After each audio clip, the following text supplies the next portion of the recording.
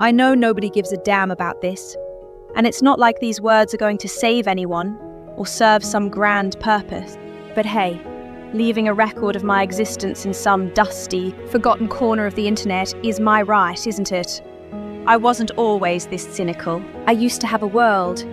My father, he was a total movie nerd, but he was also the kindest soul I've ever known. He shared every film, every frame, and every emotion with me. He was my foundation. But real life doesn't have a happily ever after script. He died when I was 12. I became a movie geek not because it was a hobby, but because it was the only way to keep his ghost alive. I'm just a girl trying to find her father in a pile of old DVDs. Then the genre shifted. High school. I was the target, the easy prey for bullies. I had one friend, the only person who stood in the line of fire for me. But I was a coward. When they turned their sights on her, I just froze. I watched her drown. And then it all went to hell. They found a secret about her mother's past in adult films.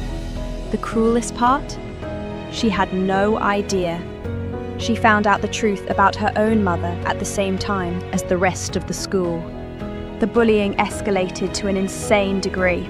She was completely destroyed. She called me to the back of the school, trembling, holding a knife, and begged me, "Let's die together." She turned the blade on herself first, and then she started walking toward me, clutching that blood-stained knife. In the struggle, she lost her life from the wounds she gave herself. I survived, but I didn't come out clean, either physically or mentally. This scar on my face?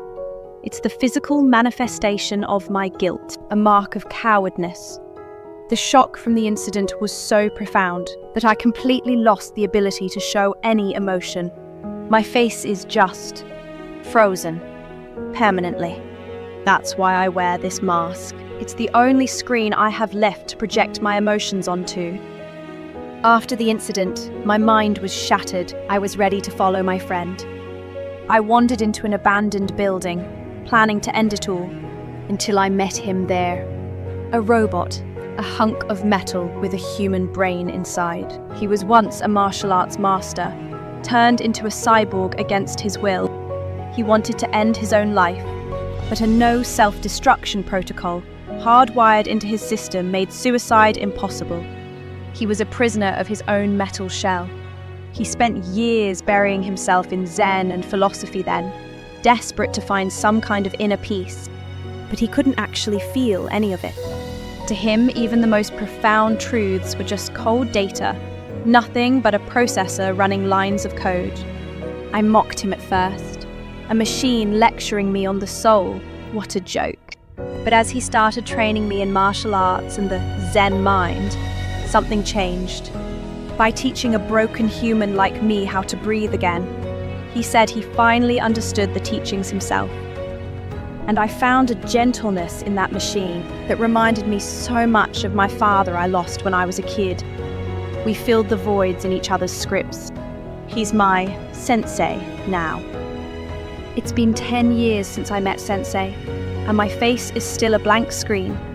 But the person behind it? She's someone else entirely.